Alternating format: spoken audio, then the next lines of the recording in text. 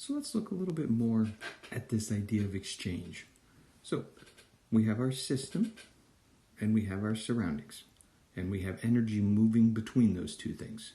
Now remember, we said that energy is made up of two parts. It can be exchanged as heat, or it can be exchanged as work. So that means the total change in energy equals the heat, the amount changed as heat, and the amount as work, or Q plus W. So remembering that Q is our heat or thermal energy, right? This is going to be associated with changes in temperature typically, right? And we have work energy, right? This is going to be where the system is doing something on the surroundings, causing some movement over some distance, right? Classic example, right, is inflating a balloon or moving a piston in a car engine, right? That chemical reaction is causing the production of gas in our engine when it burns the fuel, and that expansion of gas causes the piston to move, right? It causes a force acting over a distance, like moving that box across the table, right? That's where these reactions can do work. Now again, I'll emphasize that heat will become much more important here. Most chemical reactions and the changes that we look at, we either minimize the amount of work that is done because of the way we do the reaction, or the way that we look at the change, or there just isn't any work done.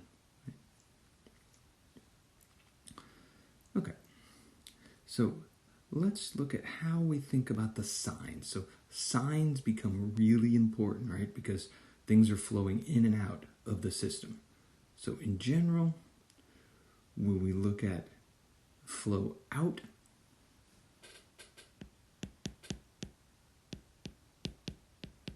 that's going to be a negative. And flow in,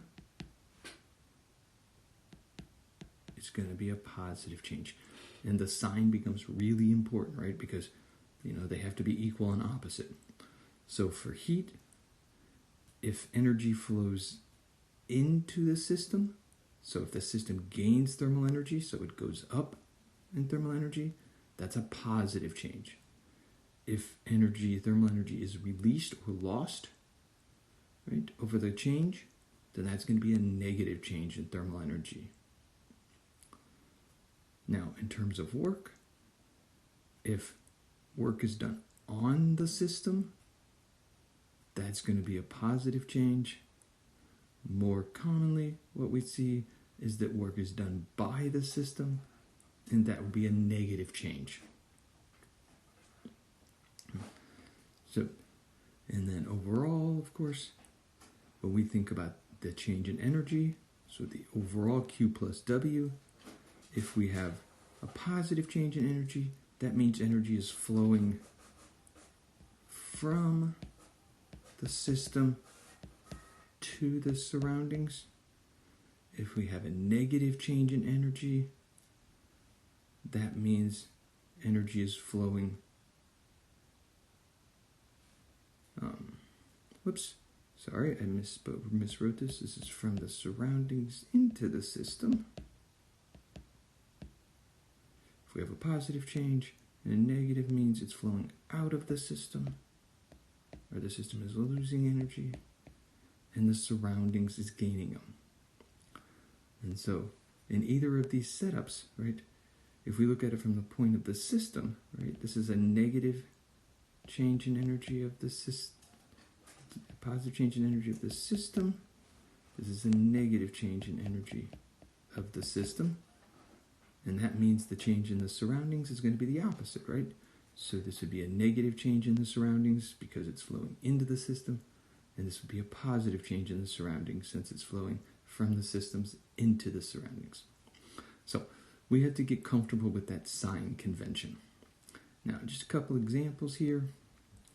An ice cube melts and cools the surrounding beverage. So if we think of the ice cube as our system, so the ice cube is releasing energy, right? It's getting warmer right? So this is going to be heat, right? That's the temperature change. And more specifically, we're going to have a delta E of the system that is negative, right? The ice cube is going to lose thermal energy, lose heat, and the surroundings will.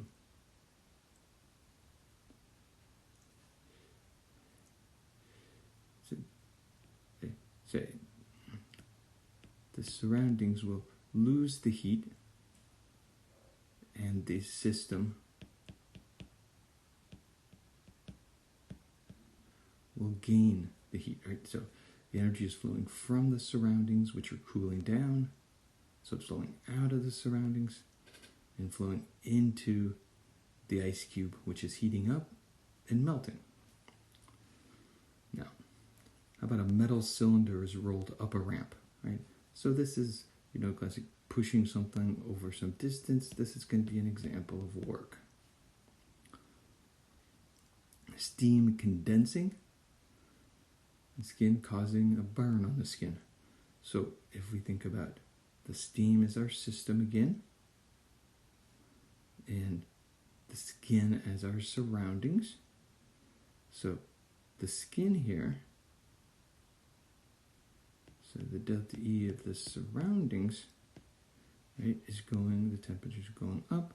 That would be an indication that it is gaining.